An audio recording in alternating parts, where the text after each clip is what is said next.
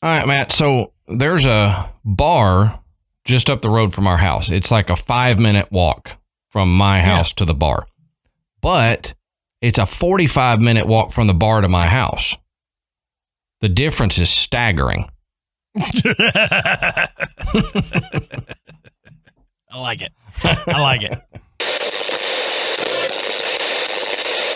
Good.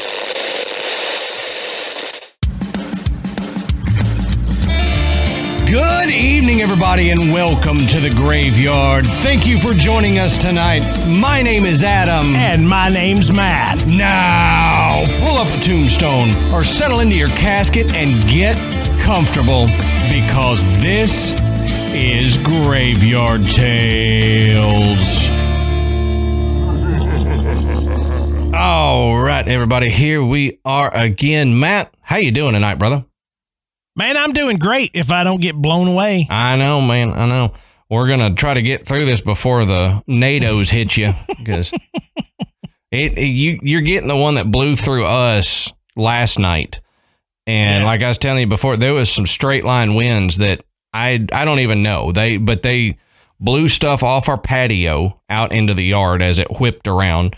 As we were laying there in bed, I thought there was going to be like an overpressure problem with the windows and then blow out because it would hit and the windows would go pop, pop, pop, pop. I'm like, oh no. Yeah, that would be terrible. It would be. So hopefully none of that hits, at least until we're done recording. But we want to say real quick, go check out the Podbelly Network at podbelly.com. You can find different shows to listen to. We're proud to be associated with these different shows and with the Podbelly Network, so check them out, podbelly.com. We also want to thank tonight's sponsors, care of EveryPlate and Raycon, and we will talk a little bit more about our sponsors throughout the episode. While you're on the internet and you're looking up pictures of me and Matt or, searching for the Graveyard Tales bathing suit calendar or whatever you're doing on the internet, go over to patreon.com/Graveyard Tales. You can sign up to become a patron. We've got 3 different levels, 1, 5, and 10. And our $10 patrons, every week, they get the video version of us recording the episode. And this episode, in fact, is going to have a lot in the beginning of the episode that didn't get put into the audio version because it was Matt and I just sitting and BSing before we started. So you'll get to see all that minus the pee break that I took, but we'll put all that in there. Actually see the pee break. Yeah, right. I take the camera with me. So no, I don't. That would be gross. But we give a lot of behind the scenes with those videos and we don't cut as much out. So you get to see some of the mess ups that we have and the weird faces we make at each other during the recording and stuff like that. So if you're interested in that, go check out patreon.com. I'm not going to tell you what he just did to me, but you can just see it when you look at the video.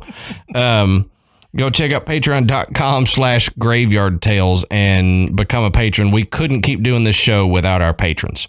Absolutely. Thank you, guys.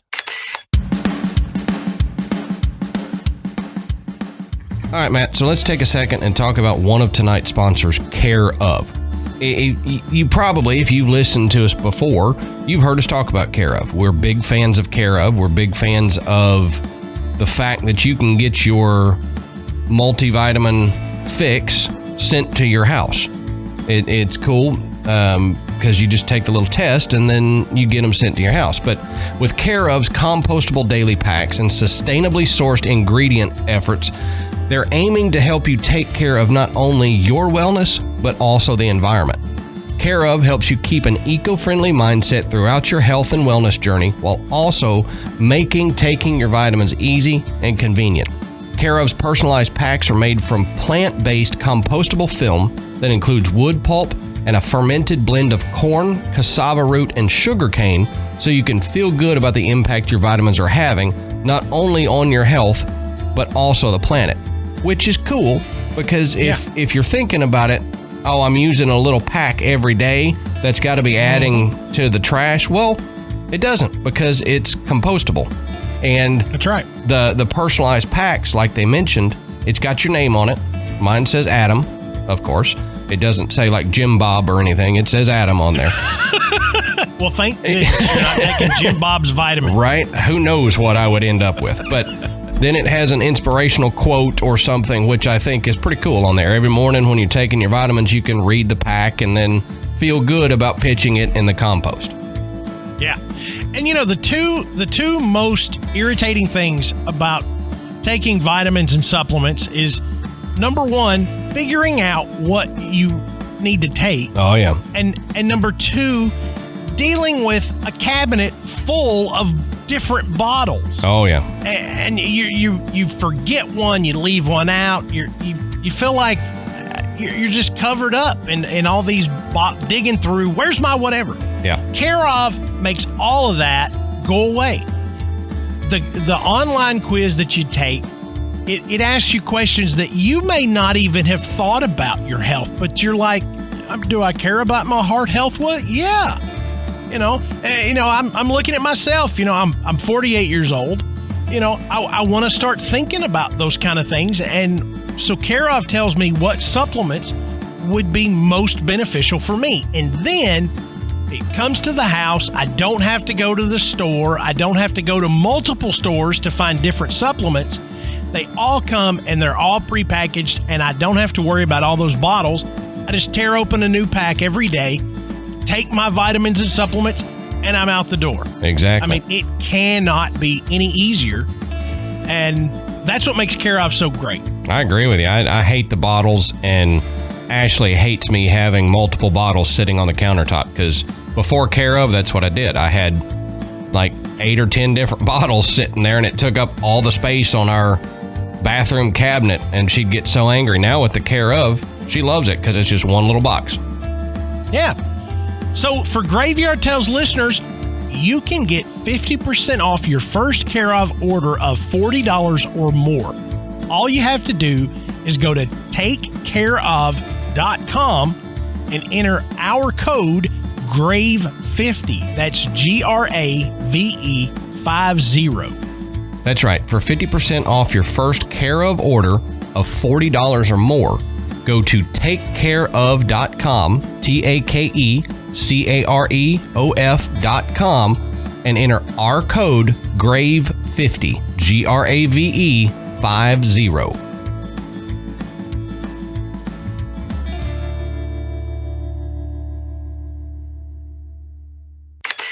So, Matt, why don't you tell us what's happening this episode? And you may not fully know. I don't know. I don't know at all. I have no idea. This is a total surprise. No, I know a little. So just like last week, we've done this before where one of us, in essence, will give the other one a week off, where we'll do all the research ourselves and cover the entire topic. Almost like we're gonna make, last week I made Adam one of the listeners. I taught him about the terracin. Tonight, and I've been practicing today, man. I'm gonna mess it up, okay? But tonight, Adam is going to discuss the Mokele-Mbembe. Hey, what do you know? Very, very, very close. I mean, it's close. I thought I nailed it. Well, and he says, it's close. You got everything, but there's a little bit of extra on the front of the bimbe. Oh, a little extra in there. Yeah, exactly. but if you listen to our episode about lesser known cryptids, you notice that there were several in Africa. Yep. And there's a reason for that. That if something was going to go undiscovered, that this is where it would be. 100%. Because there are areas of Africa that are extraordinarily difficult to explore. They're not heavily populated. There's heavy brush. There's dangerous animals. So it's not somewhere where you're just like, I can just take a hike through this place. Yeah, it's right. not that simple. Even for scientists and researchers, they have a lot of difficulty. And with those added problems comes added cost as well. Mm-hmm. So when you have to prepare for so much, all of that eats into whatever research budget you have, and you may not be able to do as much as you would wish. And I say all that to say, this is why a lot of these cryptids that are in Africa could potentially be undiscovered species. Right. So we're gonna talk about another one that is extraordinarily popular. I believe we touched on it a little bit in the lesser known cryptids, but we did not discuss it. So we mentioned it for sure. So Adam, the floor is yours. All right. So yeah, like Matt said, we touched on this briefly in the lesser known cryptids, and I'm sure if you're into cryptozoology at all, you have heard the name Mokele-Mbembe. And it's one of those cryptids that gets brought up a lot when comparing it to something else, but it's not one that many people dive into. And me being the cryptozoology weirdo that I am, I'd like to dive into those. So that's what we're going to talk about tonight. And like we always say, go check our sources down at the bottom of the show notes. Now, most of the info I've got in my notes came from the books that I have in my bookshelf, but there is a lot of good information on the internet down in the links that are in the sources, and even further beyond that. You can even go to Wikipedia, scroll down to the bottom of the little information insert in Wikipedia and get their sources, their linked sources, and go there. Ignore what Wikipedia says, but go follow their sources, and you may find some good information there. But let's go ahead and get into it. Now, the Mokele-Mbembe, which means the one who stops the flow of rivers in the Lingala language, is a dinosaur-like cryptid that lives in the Congo. So we touched on it when we mentioned the dinosaur-like cryptid and the Groot slang in the lesser-known cryptids, because it kind of inhabits similar areas. Now, it's said to look kind of like a sauropod or a long-necked dinosaur, such as the Apatosaurus or the Diplodocus or Brontosaurus, which now is not called Brontosaurus, it's Brachiosaurus or something. Right. Dang dinosaur names always switching from what we had as kids. But if I bring it up, I will probably say Brontosaurus because I'm old and it's hard to change things. So just know I mean the newer whatever term that they call it now. Now, it's said to be at least the size of an elephant and larger, and it can get up to 35 feet long, which is huge for a land-dwelling animal nowadays. Right. That was common during some of the older epochs, but not nowadays. Well, I was going to say, just look at, the animals that we have now that are roughly considered to be descendants of dinosaurs, and the size, like alligators, and even when you think about things like tigers versus saber-toothed tigers, or elephants versus woolly mammoths. Those prehistoric creatures were much larger based on the fossils and remains that we've been able to uncover than their counterparts of the modern day. Right. So things just gradually got smaller. Yeah. And I think there was a couple environmental factors to that is, from what scientists and researchers say, back then there was more available food source for these animals, so they could get larger. Plus, there was higher oxygen levels on Earth than we have now. So that's why things like bugs, you could have the 4-foot long dragonflies in fossil record. And that's because the oxygen levels were higher, so things were able to get larger, but also the food source, everywhere was a tropical climate. So the foliage grew like crazy, which meant the things like the Mokele-Mbembe type creatures could get huge off eating the plants, and then to eat them, you had to be even bigger. So yeah, they didn't have to compete.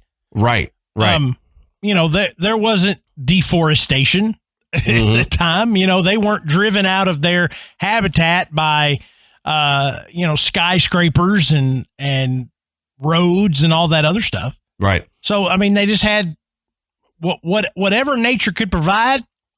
They had it. Yep. Now, the Mokele-Mbembe is said to be at the shoulders about 5 to 7 feet high.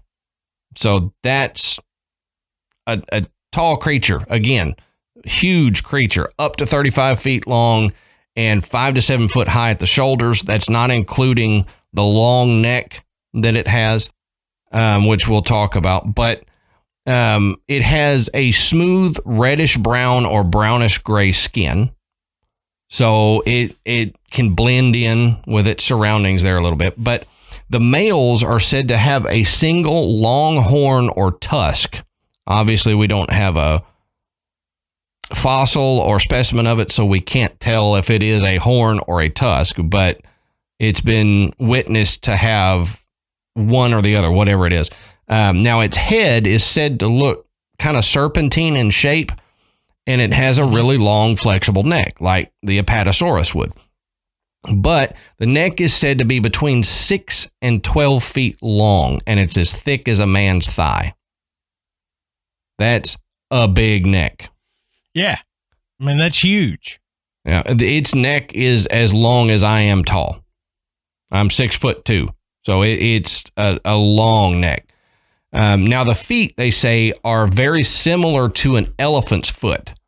So when you see the prints, which we'll talk about shortly, they're very similar to an elephant's, but there are distinct differences. So they know this is not an elephant or this is not a hippo. This is the Mokele. Now, it has a long muscular tail to match the long muscular neck, just like Brontosaurus would. So picture like a Brontosaurus, or just Google search the Mokele-Mbembe, and you'll see representations of what people think they look like. Right. And it's pretty varied, but yeah. There is still that brontosaur or brachiosaur shape to just all the pictures I've seen. Right. Yep. The head may be a little different, the tail may be a little different, but that's still what you see. Now, the locals say the creatures are amphibious and that they live in caves on or near the banks of the river. Now, some are said to also live in the forest near these rivers. They're also known to dig out caves to lay in the riverbanks. So and this could have been the situation for prehistoric dinosaurs like Brontosaurus as well. They spend a lot of their time in the river, but they also will come out of the river to travel from one waterway to another. And kind of the lifestyle of a hippo. Think about it that way. If you've got that much weight, it is easier to support in water. So it makes sense why they would be in the rivers and stuff. But they dig out holes in the riverbank. So if you're at a river and you see a big cave dug out in the side, a lot of people will say that the Mokele did that, dug that out to be able to lay in. Yeah. Now, when the creature moves, they say it either moves alone or at most in pairs. And the pairs are thought to be male-female mating pairs. So you don't see herds of these things wandering across the savannah. Yeah, or two dudes. Right. You know, they're sitting over, knocking back a few cold ones. Right. And checking out the lady Mokele at the other lake. You know how you can always tell a female Mokele in the river, right? How's that? Well, they have to wear that little bikini top, right there. Oh, yeah. So that's what they're looking for. Yeah, that's true. That's true. And it's no wonder that they say the male Mokeles are all horned up or tusked up, something. Now, Google all this. You'll see that what we're saying is exactly right. Yeah, 100%. Mokele, bikinis, and all that stuff. Now, they are known to make a loud, deep-throated, trumpeting type growl that can be heard for miles. Now, apparently they don't make a lot of noise, like it's not a constant grunting, like if you were around a hippo herd or a herd of elephants, they're always making noise and communicating with each other. The Mokele doesn't do it often, but when it does, you can hear that noise for miles. And I've got a little story later that will touch on that. Now, the Mokele-Mbembe is an herbivore. Locals say that it prefers to eat the apple-like fruit from the lianas that has white blossoms, and it's known locally as the malombo. Now, it's said that they will aggressively defend their territory. Yeah. So, not that they're going out looking to necessarily kill you, but if you're in their territory, they will aggressively defend their territory. Now, it's also said that the Mokele will kill hippos, elephants, and crocodiles. Mm-hmm. Now, if you know anything about hippos in Africa kill more people than lions do. Right. So these things are big and they will kill people, and the Mokele is said to be able to kill them. So that's a big, tough animal. Yeah. So like when that story came out about Pablo Escobar's compound, and he brought in those hippos to kind of help defend the compound. People are like, hippos. Well, now there's like 80. Oh, really? There. And that was when I first heard this story, which was probably a year or two ago. And they don't know what to do because they're not native to South America, and the ecosystem doesn't support them. And now you've got an entire herd of hippos, and they're just destroying everything. That's eating anything they can get. And you can't just wander in there and go, come along, little hippos. No. Right. I mean, you're not going to be able to just shoot a net and capture them. Yeah, they're aggressive. Mm-hmm. And, of course, they're not going to, the Colombian government's not going to go, well, we just went in there and blasted them all away. Yeah, that's not a good look. But imagine trying to transport 80 hippos or more to where they would be native, which is all the way across the ocean. Right. Yeah, that's crazy. I didn't know that. That's insane. Have you seen the things of people in the little helicopters that net the goats for research? They'll shoot a net out of like a net shotgun and catch these goats. I can just picture somebody trying to do that with these hippos. With a hippo? Yeah, you'd have to get the army helos out there to be able to lift the thing. It'd look like the gun that would shoot the net would look like a bazooka. Yeah, exactly. You'd have 5 to 6 inch thick rope just to lift it up. Now, it has also been reported that the Mokele does not like the hippopotamuses in the area and will kill them on sight, but it doesn't eat them. So it's an herbivore. It's not going to eat them, but I guess it competes for territory and food is what I'm assuming. That's exactly what I was thinking. It's a competitor for the food. Mm-hmm. and and territory too, I'd imagine. Yep. Because they both live around rivers. Yep. So they're gonna interact. Yep. But we talked about how dangerous these hippos are, and here's an animal that attacks and kills hippos. Yep. On site, no questions asked.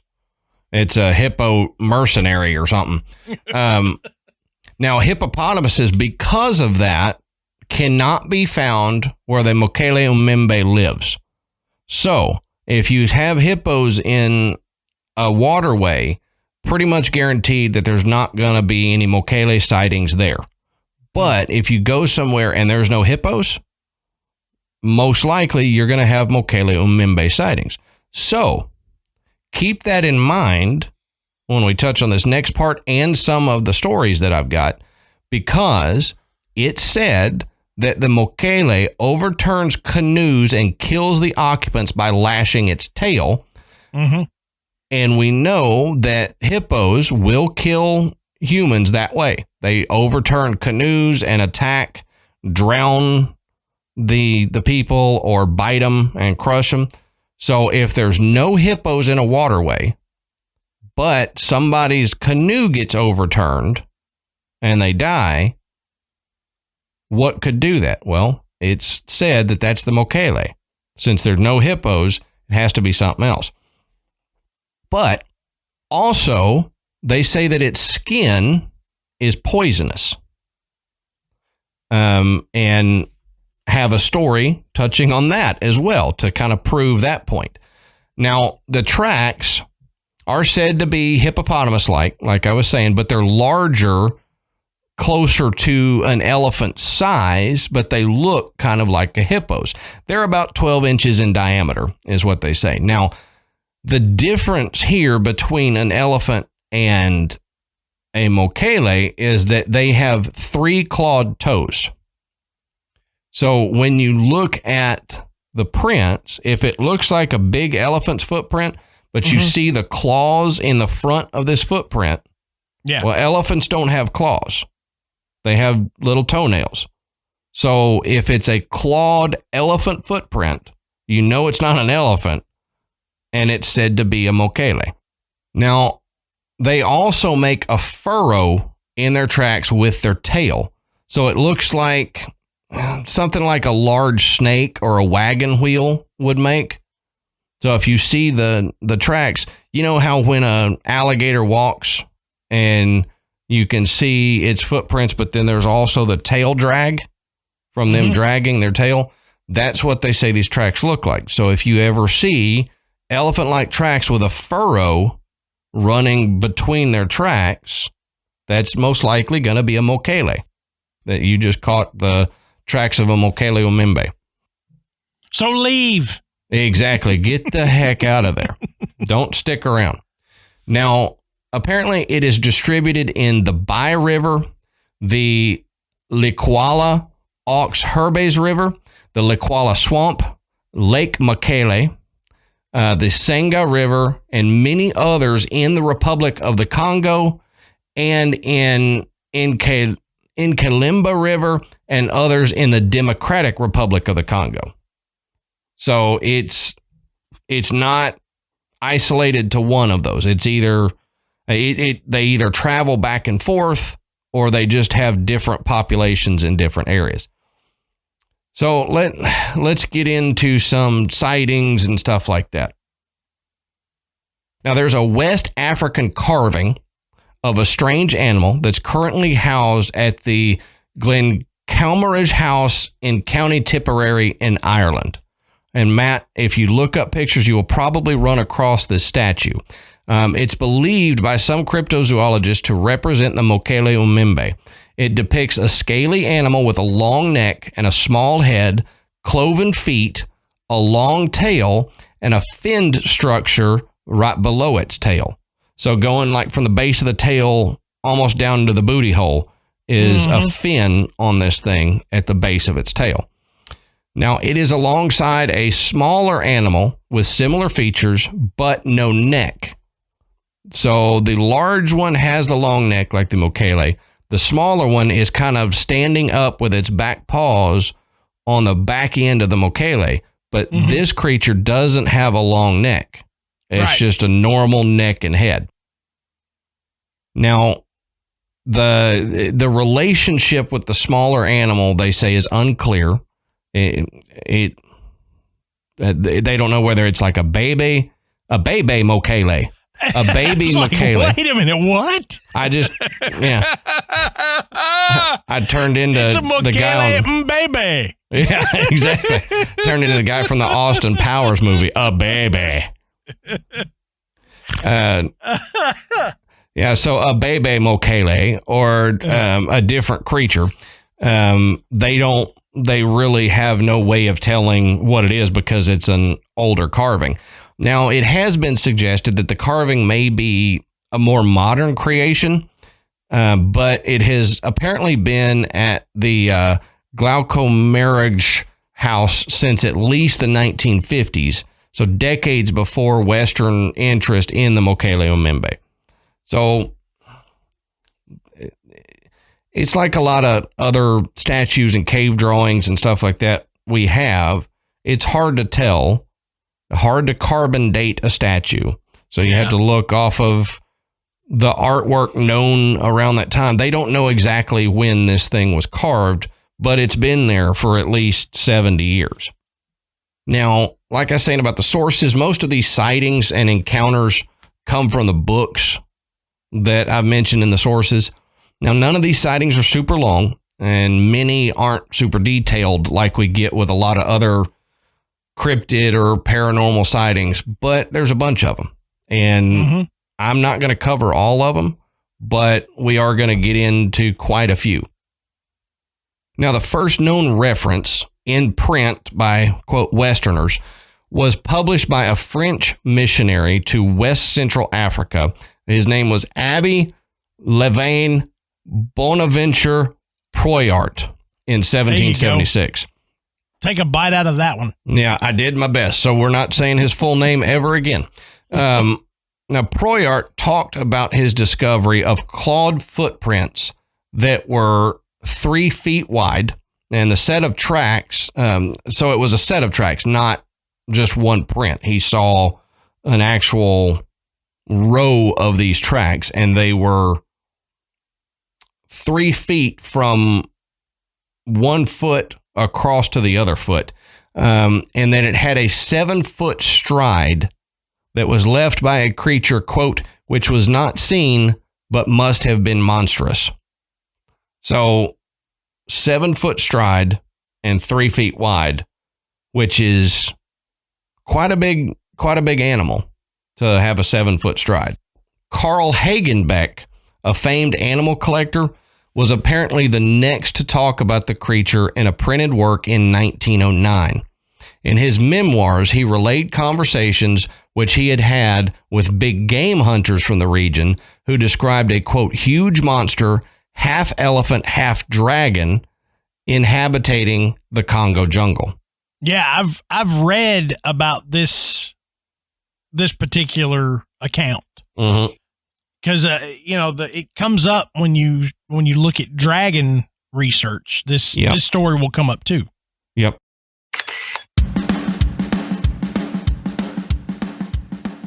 All right, Adam. Hey, let's take a minute and talk about one of our long-term sponsors, EveryPlate. Now, if you've listened to the show, you've heard Adam and I talk about EveryPlate and HelloFresh. Well, HelloFresh owns EveryPlate. Right. And EveryPlate is another meal delivery service, but it is America's best value meal kit.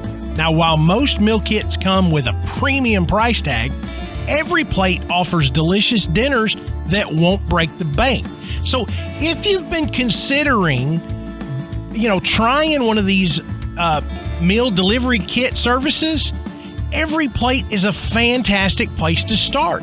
Yes, it is. You can really find some fantastic food, and join in with your family in prepping a meal that you're going to love. It's going to be delicious, and you're not going to have just spent just tons and tons of money on it. Yep, that's the thing that So- sets EveryPlate apart from a lot of other That's- meal services. Yeah. So you can let EveryPlate plan, shop, and deliver everything you need to cook a delicious meal at a consistently low price.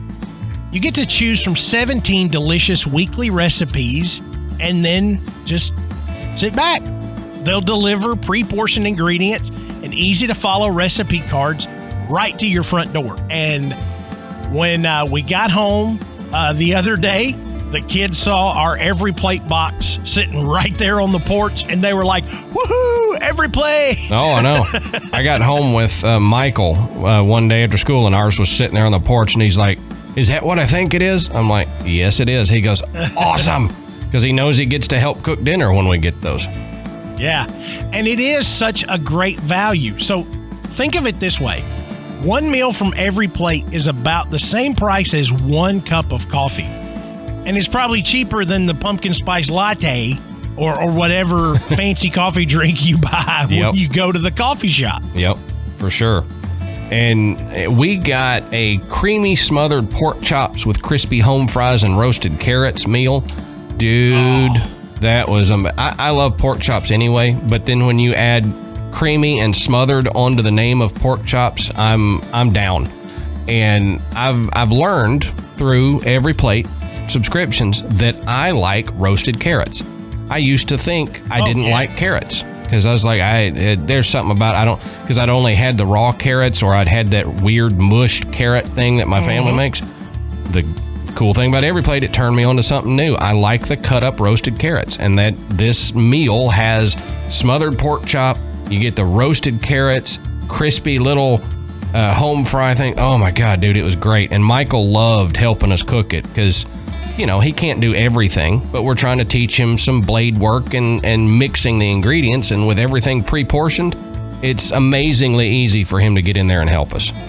Right. And my youngest, she's not a big meat eater, but she loves pork chops. Yeah. I mean, she loves pork chops. And this meal, out of this world for her. Oh, yeah. So if you want to get on board with EveryPlate, and like Matt and I just love it and love the low cost of this delivery, you can try EveryPlate for just $1.79 per meal. All you got to do is go to everyplate.com and enter our code Graveyard179. That's GRAVEYARD 179. That's right, Adam. Get started with EveryPlate for just $1.79 per meal by going to everyplate.com and entering our code Graveyard179. GRAVEYARD 179.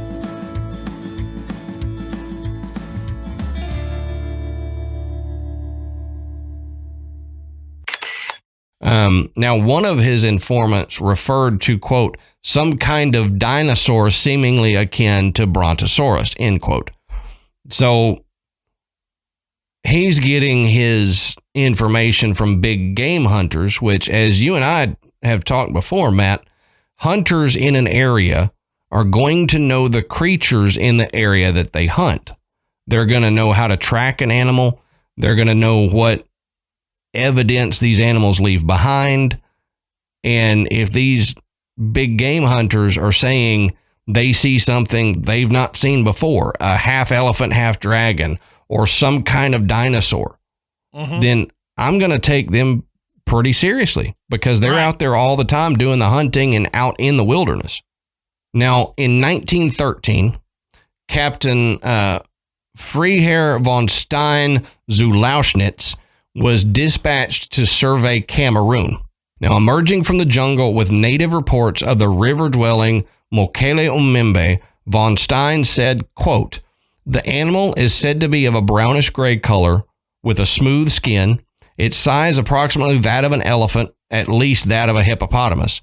It is said to have a long and very flexible neck. A few spoke about a long muscular tail like that of an alligator. Canoes coming near it are said to be doomed. The animal is said to attack vessels and to kill the crews, but without eating their bodies. End quote. Yeah, I mean, it's it's been described akin to, the stories of sea monsters, of the sea serpent, right? Because of either the long neck or the long tail. Yep, exactly. And the fact that it spends so much time in the water being amphibious, or at least accustomed to the water. Now, 6 years later, after that, on December 23rd, 1919, Captain Leicester Stevens told British reporters that he was setting out for Africa to hunt the brontosaur at a location that remained, quote, one of my secrets.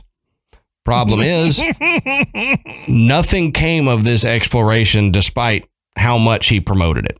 Right. So he went out looking for it. Yeah. Not telling you where I'm going, but I'm going over here to look for it. And oops, I found nothing. Yeah. How convenient. Right. But even though that exploration failed, reports kept coming in about a prehistoric creature in and around the Congo. So that didn't have any effect on the sightings that people were having.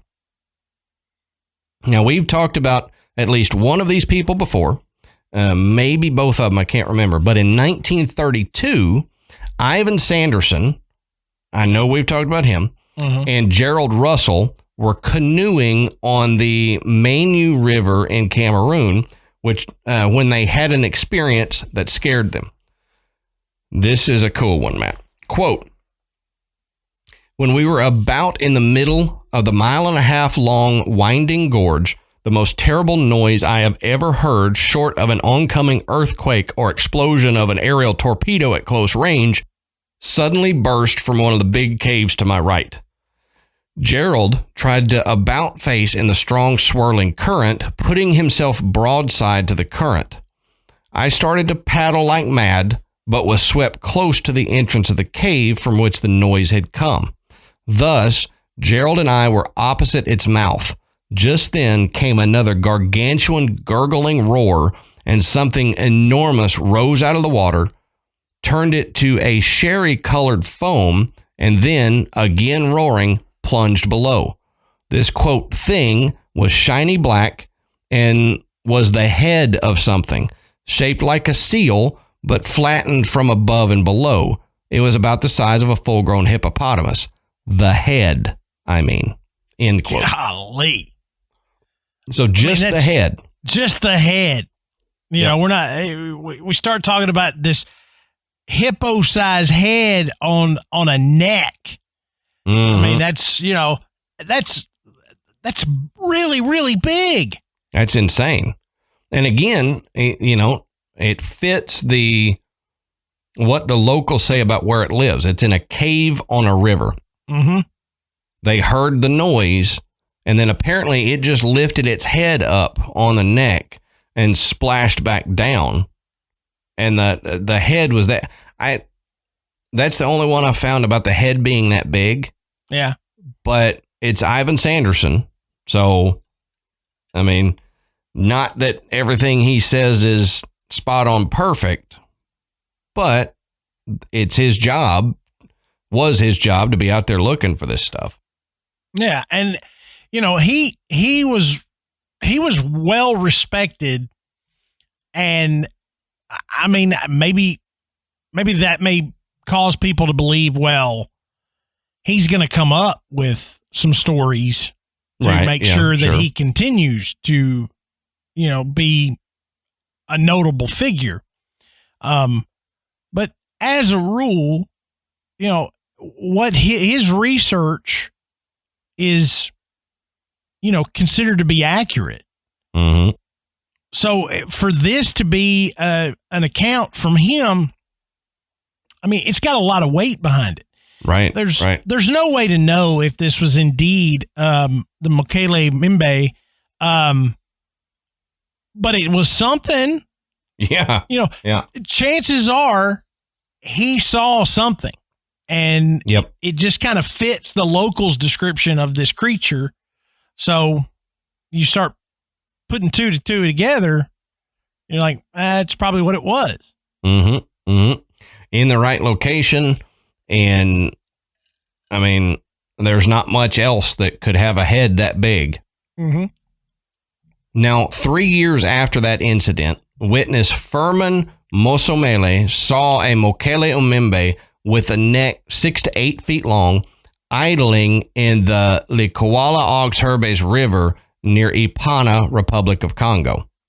So 3 years after that, this guy just saw something super long neck kind of floating in that river and the neck sticking up out of it. So think of Nessie type sightings where it had the big neck coming up out of the river. Now in 1938, German explorer Leo von Boxberger, I bet you he was the founder of White Castle burgers. Boxberger. Sorry, that's all I could think of when I saw his name. I was like, burger in a box, must be White Castle. Yeah, that's right. Anyway, sorry. Leo von Boxberger collected more native tales of the Mokele, but his notes were lost in an attack by a hostile tribe. So I included that, not that we're going to get anything out of it, except that there were a ton of tales that we could probably have now, but apparently he and his party got attacked by a hostile tribe there, and they stole his notes and burned them, something like that. So yeah, there's not a lack of stories coming out. There's just a lack of what we have access to because of stuff like that. Mm-hmm. Now, a group of pygmies, which that's how they're referred to in the book and in that part of the country. So I'll refer to them a few times as that because that's what they're called. They're called pygmies. They allegedly trapped and killed a Mokele-Mbembe at Lac-Tele, Republic of Congo in the late 1950s. Now, after they killed this thing, they wanted to celebrate. So to celebrate, they ate it. They devoured its flesh. But everyone partaking of the meal reportedly died. So remember when I mentioned that its flesh was said to be poisonous? Yeah. This is one of the reasons that they say that. Everybody in that group that did not eat the flesh lived, but everybody who did died. So it poisonous or it's something paranormal, but I would go more with probably poisonous. Yeah. You know, there's some animals that we know you can't eat because they'll kill you. Like, look at fugu. If you eat too much of that, you're going to die. Yeah. But poison dart frogs. Mm-hmm. You know, poison dart frogs they don't shoot darts. They're called that because tribesmen will use their toxin in blowgun darts. Yep. But their skin is toxic because of the fungus and other plants that they feed on and other, venomous insects and things like that. That's how their toxin is created. So when you go into your exotic pet store and you see poison dart frogs, they've just been denied those toxins. Right. So they're not poisonous. They're just pretty. Yeah. But it makes me wonder if this creature is real. Where would its toxin come from? Would it be something that it produced naturally? Like a venomous snake, or would it be something that it, basically secreted because of its diet? What would it eat around there that would cause it to be poisonous? I'm not sure, That's but true. I'm sure there's plenty of poisonous plant life. Oh, I'm sure, yeah. around the Congo River basin. And yeah, it could be that. It could be a mixture of a couple of the plants that it eats creates, when it mixes, it creates this. But like you said, it could also be just, it has poisonous glands that secrete this. Like I think it's the cane toad.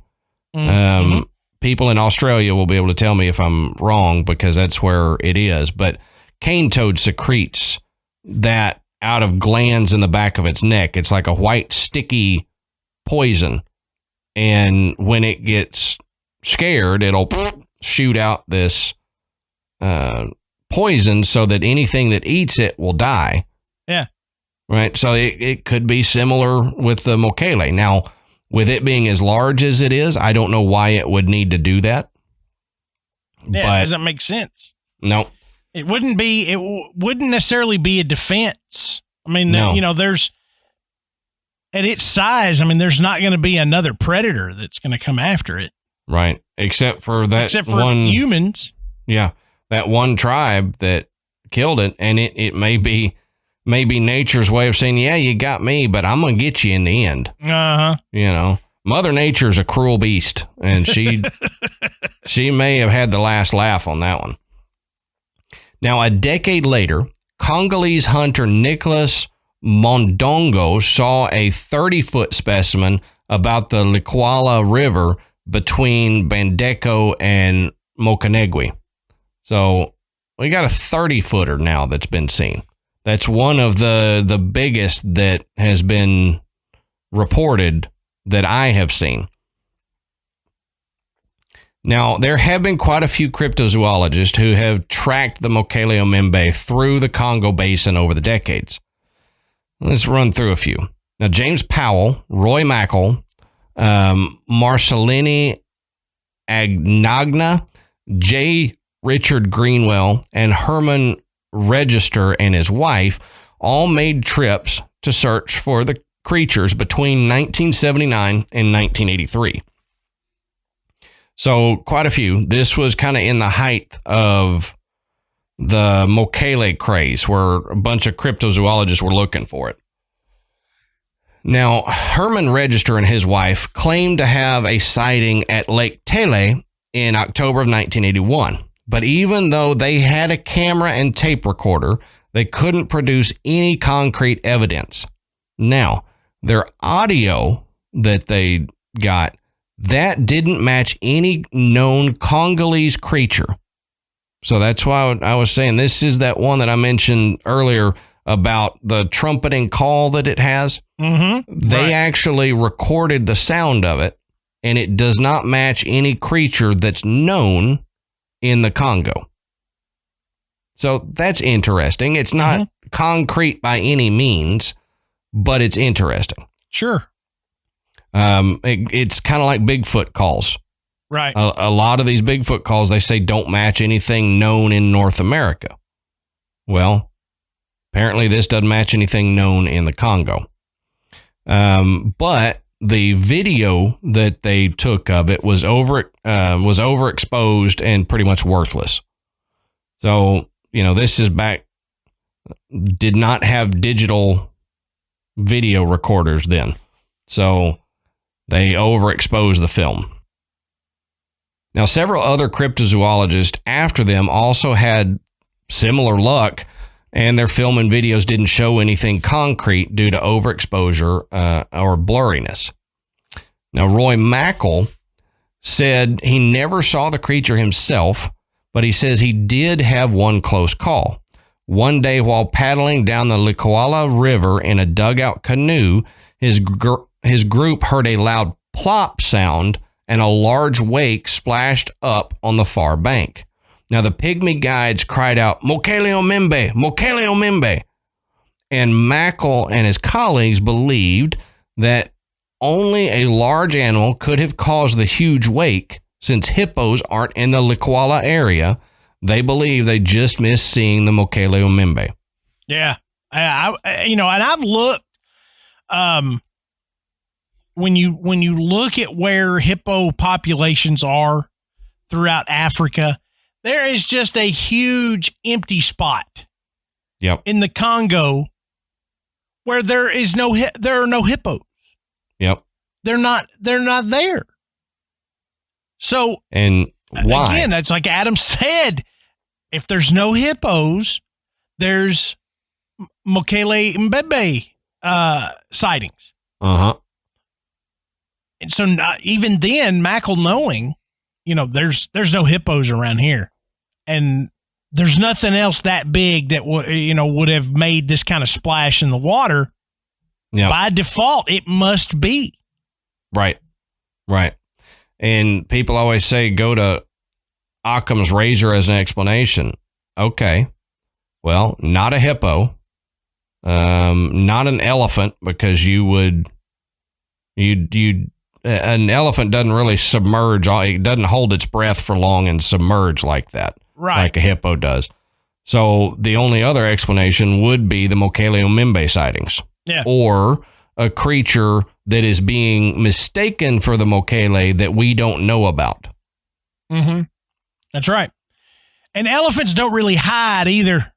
No. You don't typically get a one-off, that's just roaming around.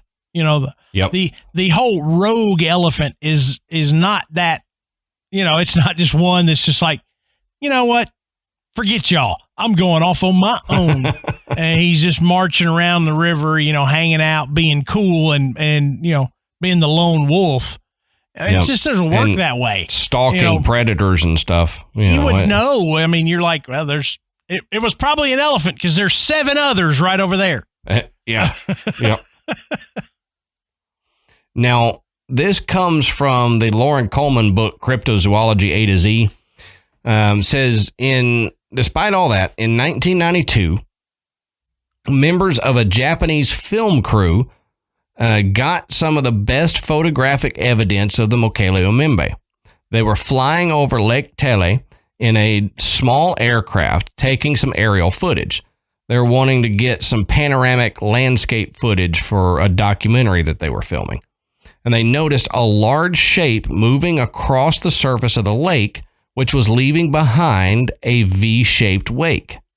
Now, the cameraman zoomed in and got about 15 seconds of the object in motion before it dived under the surface again. The footage, even though it's jumpy and indistinct, shows a vertical protuberance at the front of the object, possibly a long neck. And a second shorter projection could be a humped back or tail. If it's not the Mokele-Mbembe, then it's hard to say what the animal is, since a crocodile wouldn't have the 2 protrusions above the water, and an elephant wouldn't submerge in the way that the object does. So, almost exactly like a Nessie sighting. Mm-hmm. You've got the long neck, a big wake, and then another hump behind it coming out of the water. So they don't know what this could be if it was not a Mokele. They have no idea what the creature could be. Now, Loren Coleman says that the explanation that matches the best visually is 2 men in a canoe. However, the speed of the object is too fast for that, and only a powered boat could match that speed. So 2 men in a canoe. Yeah, I don't see how that would cause the large neck sticking up, unless maybe one of them was standing up in the canoe and the other was sitting down. But I don't know. Doesn't it seem like even from aerial footage that whoever wasn't filming would have been able to go, it's just 2 people in a canoe? Yeah, you would think. I mean, and when he zoomed in, you would think he would be able to see like oars or something moving. Yeah, that would give it away. I don't know for sure. I've never been. I don't know how high they were, but it just seems like looking down. I'm not saying that they would be able to 100% identify what they saw, but it seems like that 2 men in a canoe, you would have been able to figure that out. Right. Right. It wouldn't have. There wouldn't be this big mystery if that was the answer. Yep, I agree with you. Now, there is a known hoax of the Mokele-Mbembe. There was a video that aired on the TV show That's Incredible that ran from 1980 to 1984. I used to love that show. Yeah. So you may have actually seen this footage, but Roy Mackal investigated that footage. Now, he concluded that the video was hoaxed by making a balsa wood model of the creature and strapping it to the back of a very strong swimmer. But in that sense, okay, that video may be hoaxed, but what very strong swimmer is going to be out there hoaxing it with everybody that has seen it? You know? I mean, and how could they hoax the hippo-sized head? Yeah, I don't think that was a hoax. This video might very well be. Mm-hmm. Seems like I don't know. There seems like there would be a better way to pull that off other than putting a person underneath and swimming. Mm-hmm. How strong of a swimmer do you need to mimic the motion of a large, semi-aquatic, essentially reptile? Yeah. I mean, this dude's got to be not only pretty powerful, swimming in the Congo. Mm-hmm. He's got to be pretty brave. Yeah, that's what I was going to say. Swimming in that river. Hold his breath for a really long time. Yep. But, I mean, even if that one video is faked, like Mokele says, that, to me, can't explain all the sightings over all the years is people hoaxing it like that.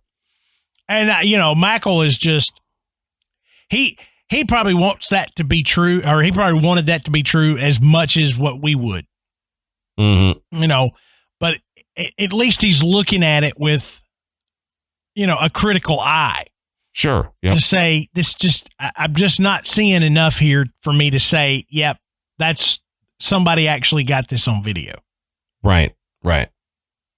Now, this next little bit comes from ThoughtCo, and they go into what they think is the most likely explanation. So we'll look at that. It says the most likely explanation for Mokele-Mbembe is that it's simply a myth. In fact, some African tribes refer to this creature as a ghost rather than a living animal. Now, thousands of years ago, this region of Africa may well have been inhabited by elephants or rhinoceros, and folk memories of these beasts stretching back for dozens of generations may well account for the Mokele-Mbembe legend.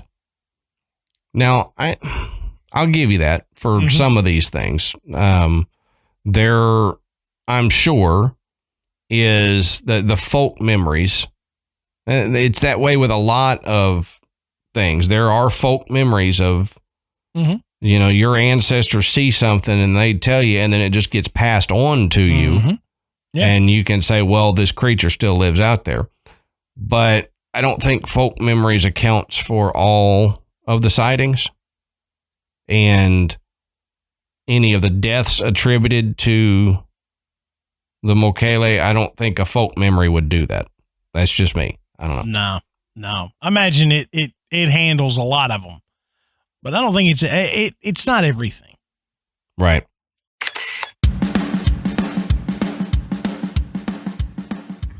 All right, Matt. So let's take a second and talk about one of our sponsors and my favorite, hands down favorite set of earbuds that I have ever owned.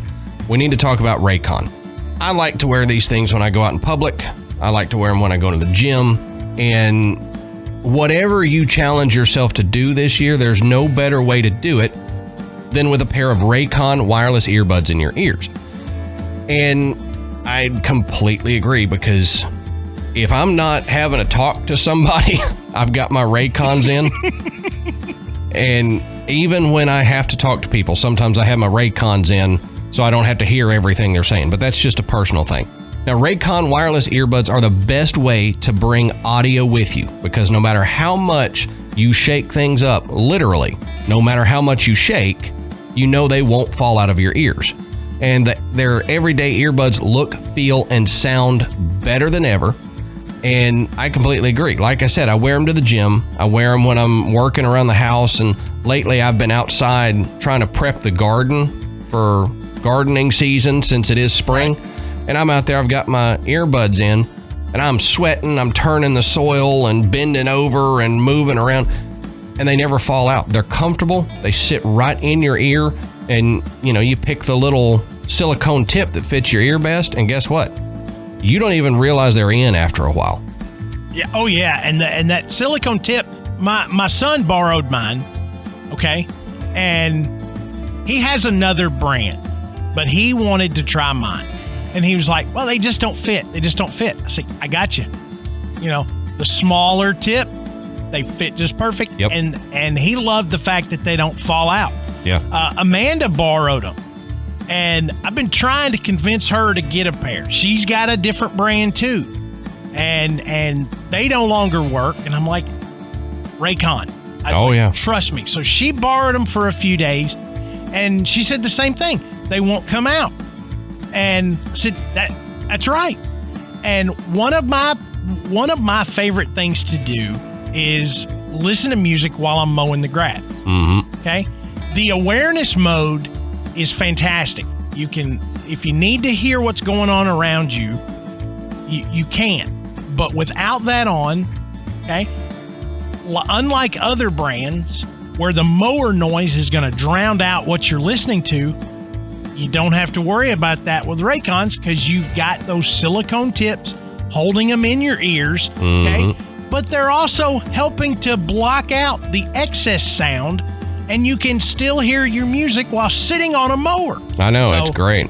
And yeah, it's fantastic. Like you and I were talking, Matt, we found this out the other day with Raycons. Now, I have a pair, Ashley has a pair, and Michael has a pair. We found out the other day, sitting in the truck before we went into the gym, we can all pop our Raycons out and put them in the same vicinity, and they won't try to connect to any other phone. They immediately go to your phone. It's a seamless pairing. You know, sometimes you get other brands and they'll try to connect to any other phone or any Bluetooth, anything around there. These don't. Once you get them set to your phone, doesn't matter what's going on around you, you pull it out of the case, it immediately connects to your phone. Yeah. And if you like a little extra bass, you want to catch the higher tones in the music or the audiobook or the podcast you're listening to, you have 3 different listening modes where you can adjust the audio to make it even more enjoyable. Right. So, I mean, hands down, these are the best wireless earbuds I've ever used. And Graveyard Tales listeners can get 15% off their Raycon order at buyraycon.com/tales. That's right. Go to buyraycon, BUYRAYCON.com/tales, TALES, to save 15% off your Raycon order. buyraycon.com/tales.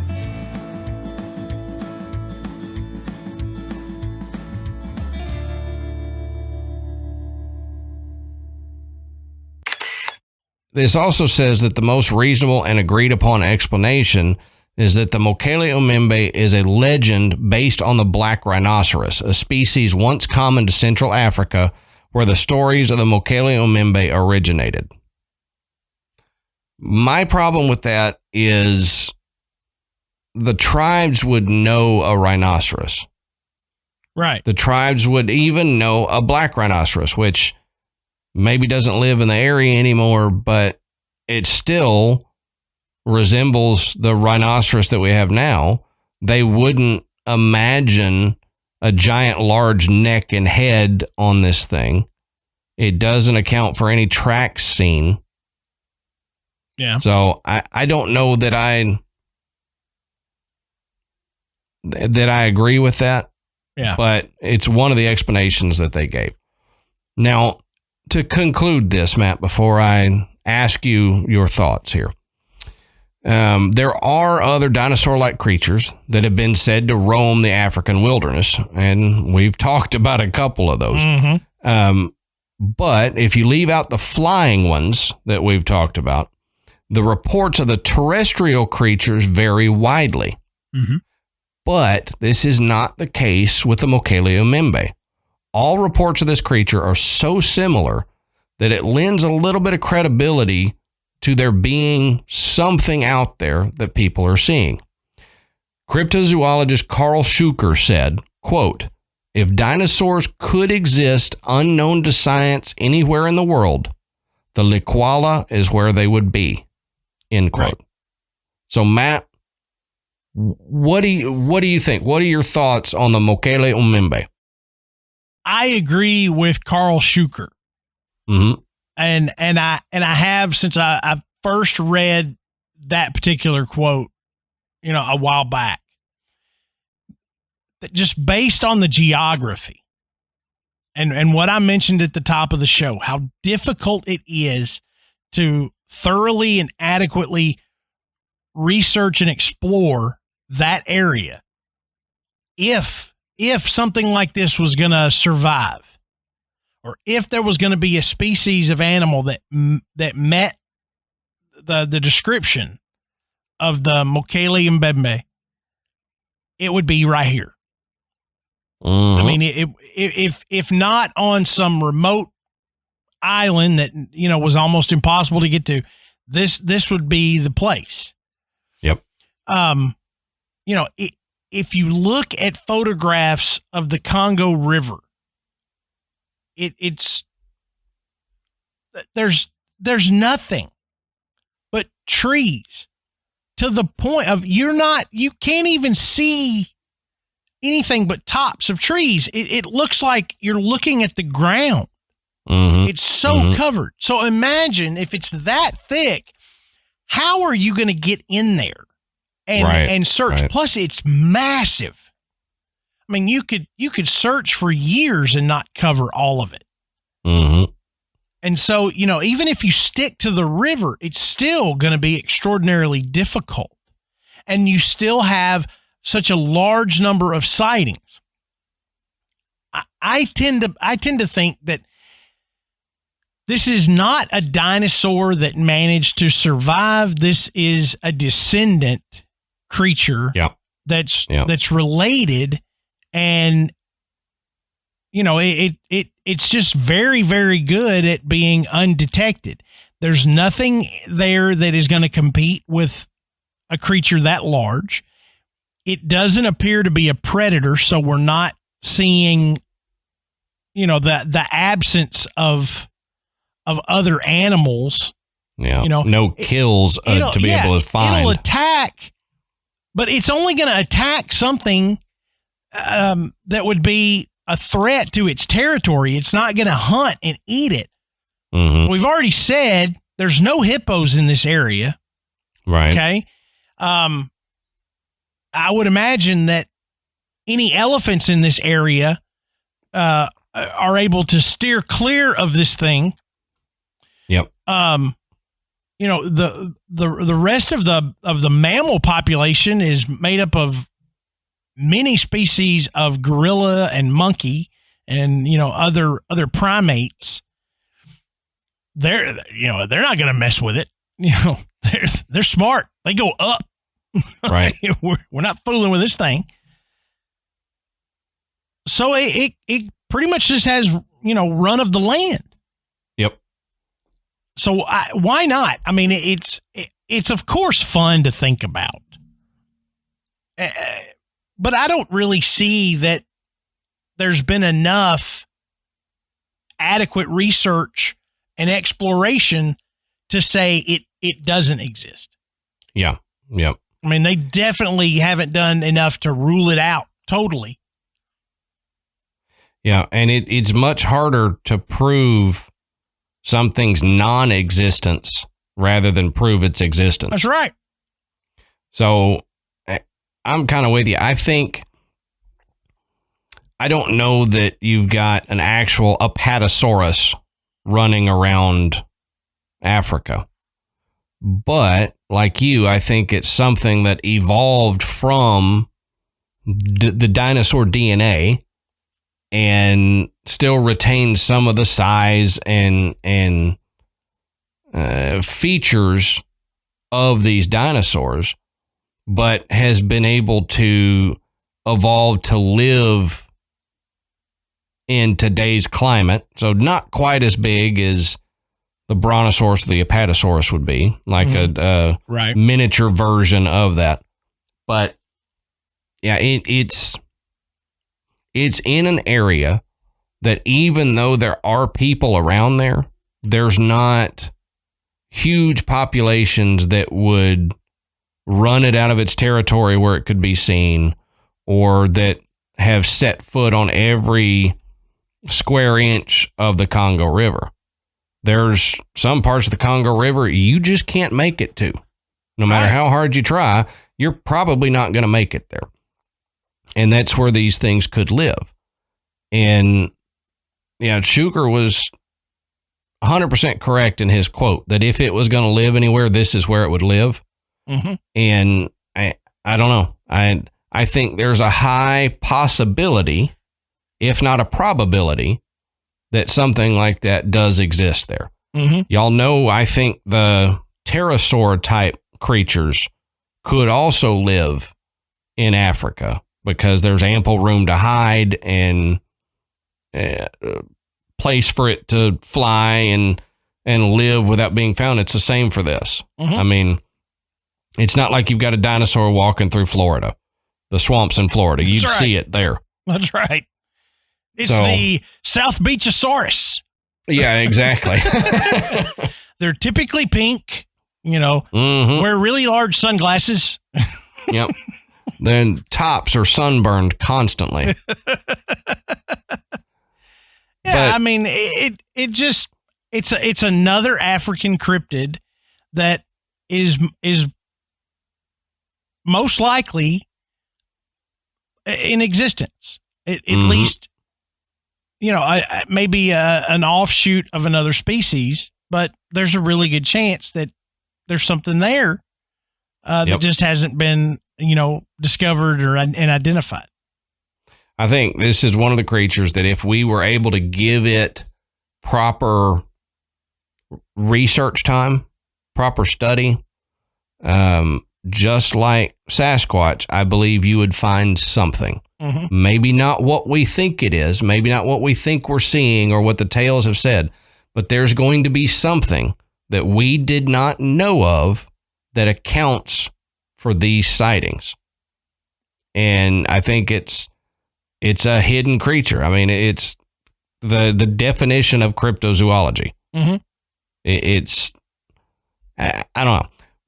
What do you guys think? After hearing all this, after maybe doing your own research or hearing about it from some other source, what do y'all think about the possibility of the existence of the Mokele-Mbembe? What do you think it is? Do you think it is a dinosaur like an Apatosaurus that is living in Africa? Do you think it's an unknown creature that is getting lumped into the dinosaur type thing? Or do you think it's all folk memories and it doesn't really exist? I'm very curious, so let us know in the Facebook group or something like that. Hit us up. Let us know what you think. Yeah. And while you're doing that, you can slide over to our website, which is graveyardpodcast.com. And on our site, you can find links to purchase Graveyard Tales merchandise. You can listen to the show, and you can become a patron. And we mentioned that earlier. Thank you, everyone who has donated to the show. You have no idea how much it helps. Don't forget to please rate and review us on iTunes. That's the quickest way that Graveyard Tales can come up in the ranks and makes it easier to find. Mm-hmm. All right. So I can hear the rain coming. We beat it, though. We beat it. So until next time, we'll save you a seat in the graveyard. See you soon.